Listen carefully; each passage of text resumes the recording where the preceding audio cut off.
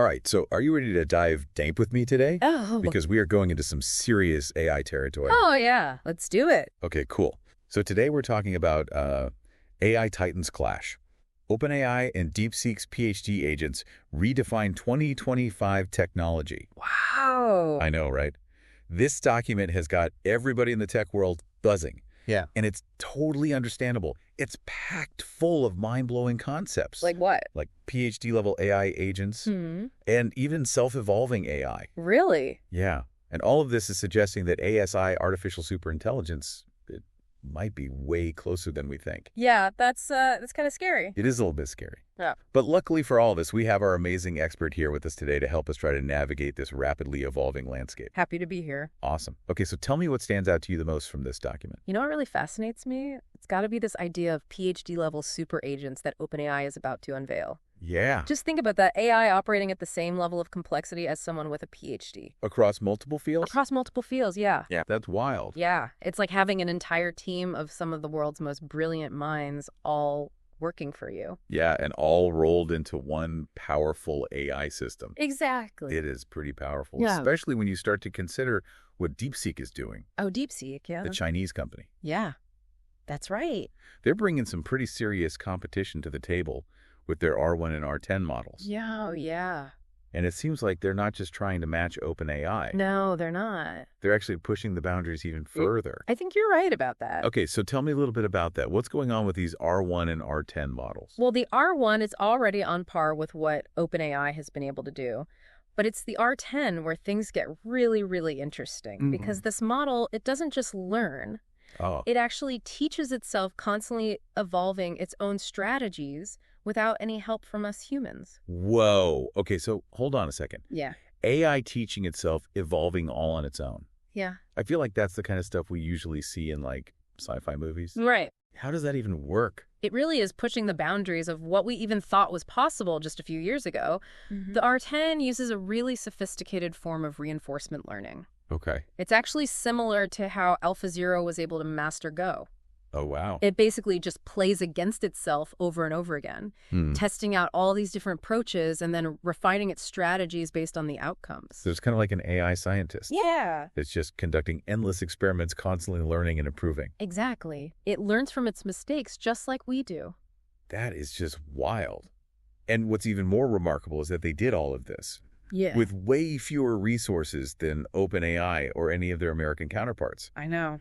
It's incredible, isn't it? Yeah. And you know what this really challenges? This idea of a moat in AI development. Barriers to entry. Yeah, exactly. Those barriers to entry, they're shrinking incredibly rapidly. So does that mean that we're looking at a more diverse global AI landscape?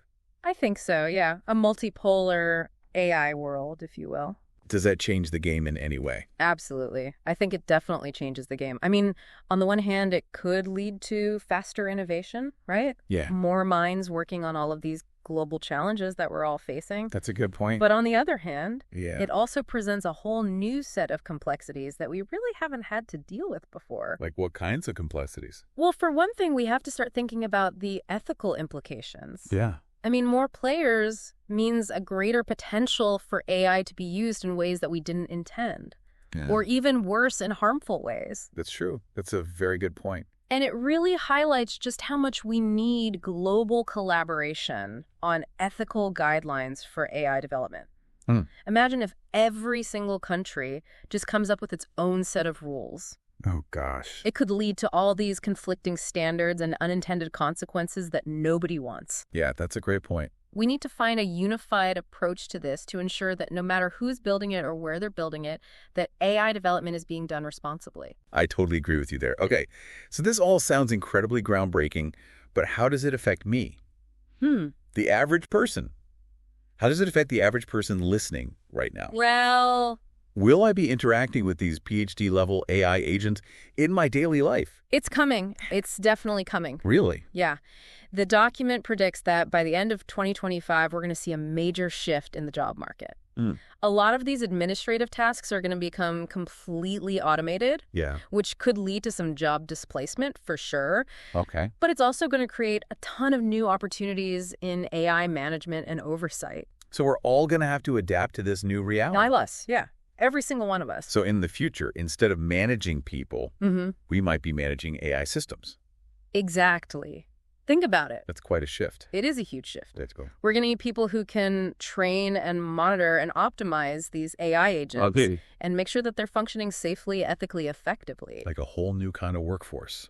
A whole new workforce, yeah, with a whole new set of skills and responsibilities. You know, this reminds me of something that was in the document. Oh, yeah. What's that? They made a comparison between all of this to the Manhattan Project. Wow.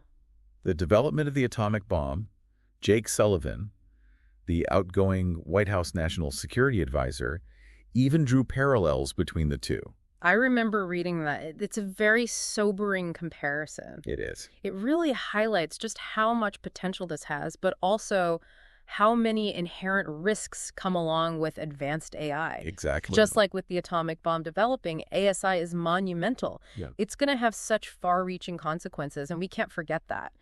It's not just about who gets there first. Right. It's also about how we manage that transition and how we ensure that this technology is actually used for the benefit of all humankind. It really feels like this document is driving home the need for responsible development. It really is. Like we just can't rush headlong into the future without even stopping to consider what all the potential ramifications might be. Absolutely. Yeah. You're right. Wow. Okay, so we've covered a lot of ground here already. We have. We talked about these PhD-level AI agents, self-evolving AI, the shrinking moat in AI development, and this huge looming impact on the job market. Yeah. It's a lot to take in. What's your overall takeaway from all of this?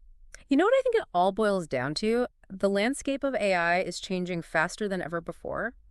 We are truly on the cusp of a brand new era.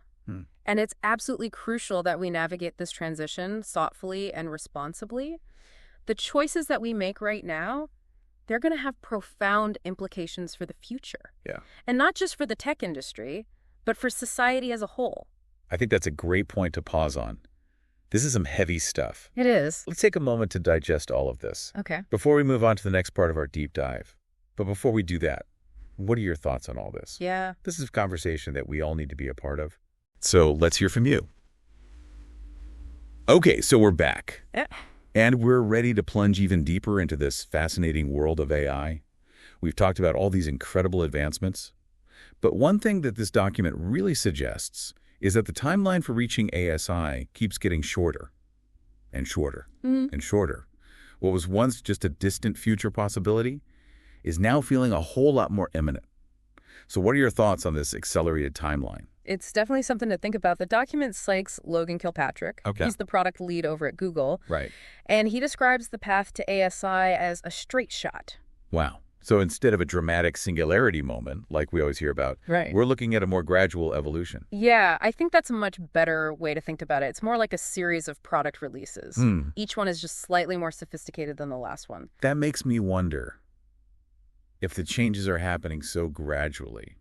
Will we even recognize the moment when we've actually crossed that threshold into ASI? It's a good question. And it's definitely a valid concern. I mean, the shift could be so subtle, so incremental, that we might not even fully grasp the magnitude of what's happening until we're well past that tipping point. Wow. And that's exactly why I think these conversations that we're having are so important. I agree. We need to be proactive about this. We need to anticipate all the potential implications, and we need to do everything we can to shape the future that we actually want to see. I completely agree with you there. Okay, so speaking of implications, I want to circle back to the impact that all of this could have on the job market.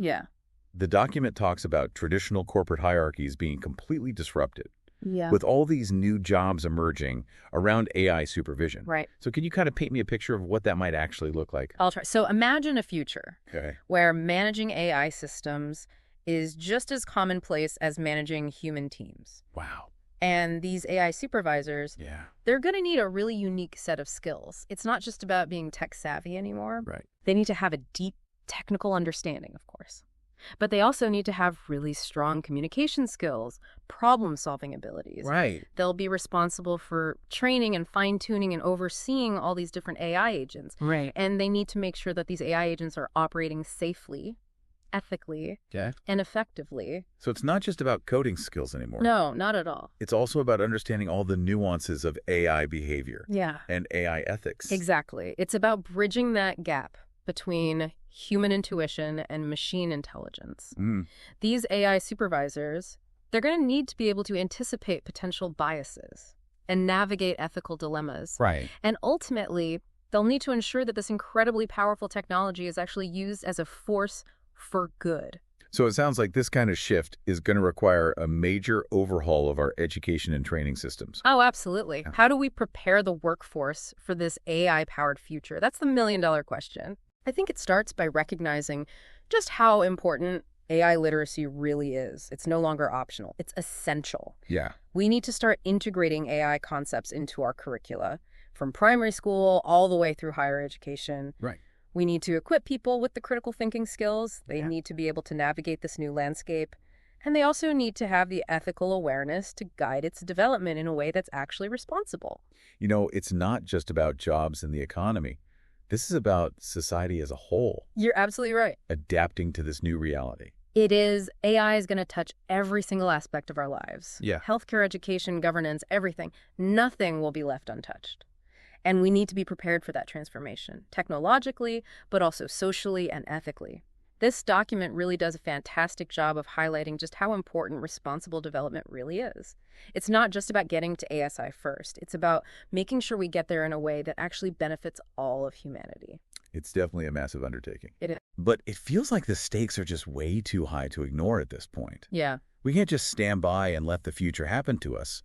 We need to be a part of shaping it. I agree. We have a responsibility to shape this future and to make sure that AI is being developed in a way that actually aligns with our values.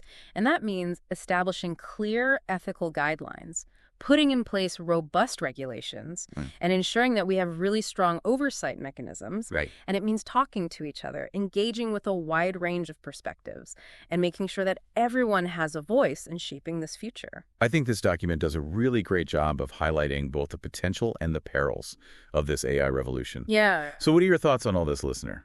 How are you feeling about this future that seems to be approaching faster and faster? And what role do you see yourself playing in all of this?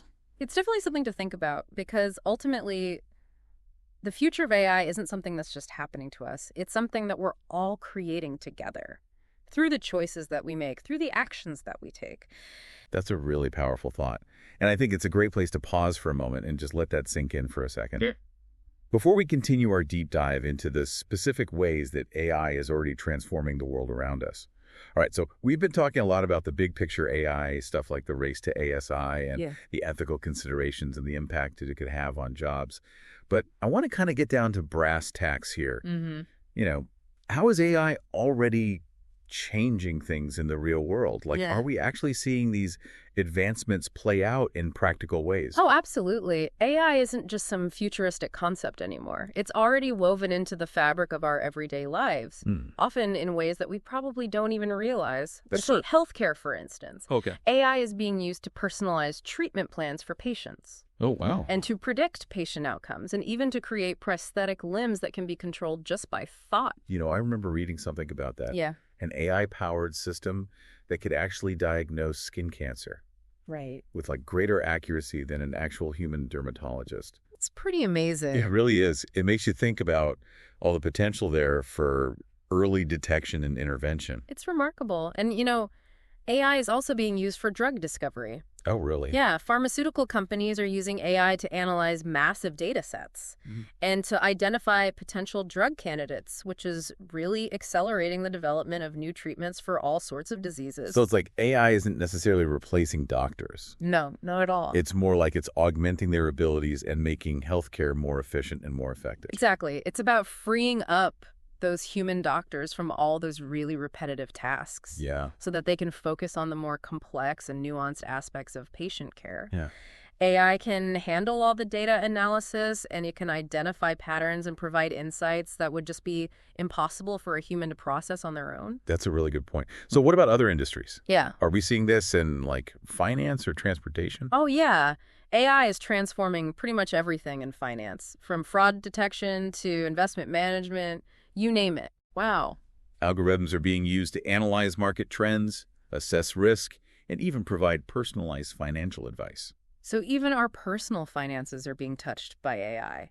I have to admit, I'm a little uneasy about that. Really? It makes me a little uncomfortable. Yeah. It feels like we're giving algorithms so much control over our lives. I understand where you're coming from. I mean, Okay. it's totally natural to have some concerns about that. Yeah. But it's important to remember that humans are still the ones in control. Right. We design these algorithms, we set the parameters, and we ultimately make the decisions about how this technology is being used. That's true. That's a really good point. It is easy to get caught up in all the hype and fear surrounding AI. Yeah. But like you said, it really is just a tool that we can choose to use responsibly. Exactly. And we're already seeing a lot of responsible use happening in places like transportation. Uh-huh. I mean, think about the development of self-driving cars. Oh, yeah. It has the potential to revolutionize the way we get around, Right. reduce accidents, improve traffic flow, and make transportation more accessible for everyone. Yeah. I know there are still a lot of concerns about self-driving cars, There are? especially safety concerns. Of course. But I can definitely see the potential benefits. Yeah. Especially in terms of reducing all those traffic fatalities Yeah. and making it easier for people to get around if they're not able to drive themselves. Absolutely. Those are really important considerations. And it's vital that we approach these developments really carefully, making sure that safety and ethics are prioritized every step of the way. I agree. But I think it's pretty clear that the potential for positive change is there. I think so too. It seems like AI really has the power to solve some of the world's most pressing problems, I agree. if we can figure out how to harness it responsibly. That's the key. If we can harness it responsibly, I think AI can be a powerful tool for good. It can be. But just like with any powerful tool, it can also be misused. Right. So it really is up to us to make sure that we're using it wisely and that we're going about it with a deep understanding of both its potential and its limitations. This has been an incredible deep dive into the world of AI. It has. We've covered so much ground today, from the race to ASI and the ethical implications to all these real-world applications that are already transforming the way we live our lives. Yeah. What's the one key takeaway you want our listeners to walk away with today? If I had to pick just one, it would be this.